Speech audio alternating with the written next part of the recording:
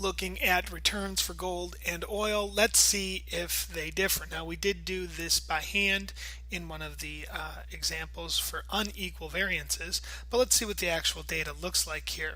And the first thing we notice is obviously we have our mean and for the gold and oil as well as our sample standard deviations. If we assume unequal variances, then what we use is, and obviously we don't have the population standard deviations, therefore we're doing a t-test assuming unequal variances. So if you selected that, and again, watch the videos that show you how to do this, you're going to get all the data that you actually need. And since we will look for difference, that becomes kind of a big deal and lets us know that we're doing a two-tailed test. So looking at this, when we identify the variables, there is our mean and standard mean and our variances, as well as our number of observations. And so that information can go here, whether it be for gold, which we will consider X1,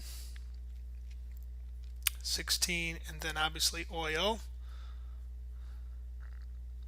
being that 17.3, and then the other data we can also put here as well. After that, now we need to talk about what our null and alternate hypothesis is in this case. And when we're doing this, let's draw out what we're looking at. And we're going to look for difference, which is a two-tailed test.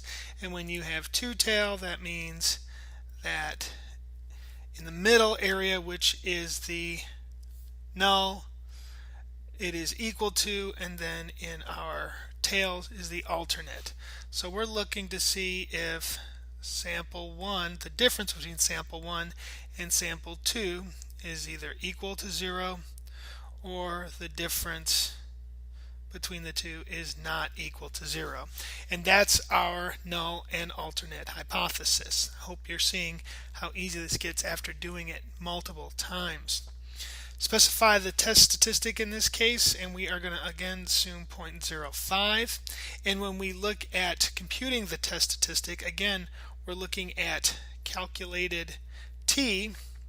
And calculated t in this case is always given to us as t-stat, and as we also did when we did this by hand, we got a negative 0.302, and our critical value is 2.110 because we're doing a two-tailed test. Also, we see that our p-value is 0.766 for two tails. So when we do this test, we obviously here can put the negative 0.32, and if we're looking at it in terms of critical values, it's negative 2.110 on this side, 2.110 on that side, and then our value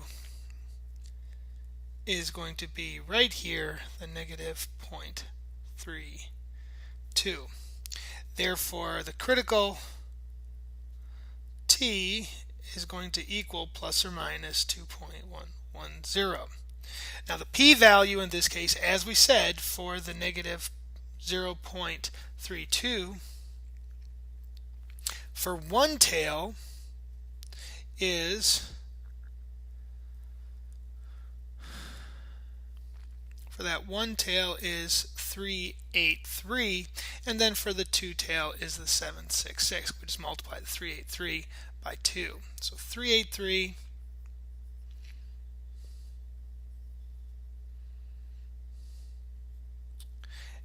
for one tail, but again, since this is a two tail, we multiply it by 2 to give us the 766. So obviously that is not less than 0.05, and therefore, and again, because this is within the null region, we do not reject the null.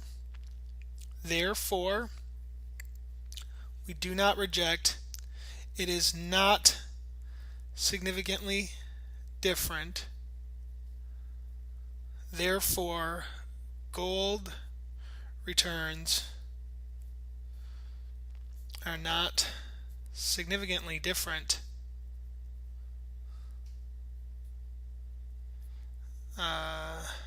than oil returns.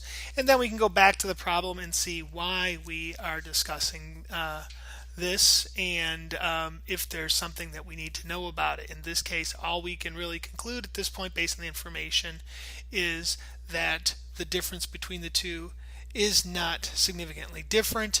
Therefore, maybe we can base our decision on which one is more risky or less risky. And if you look, there's not a significant difference between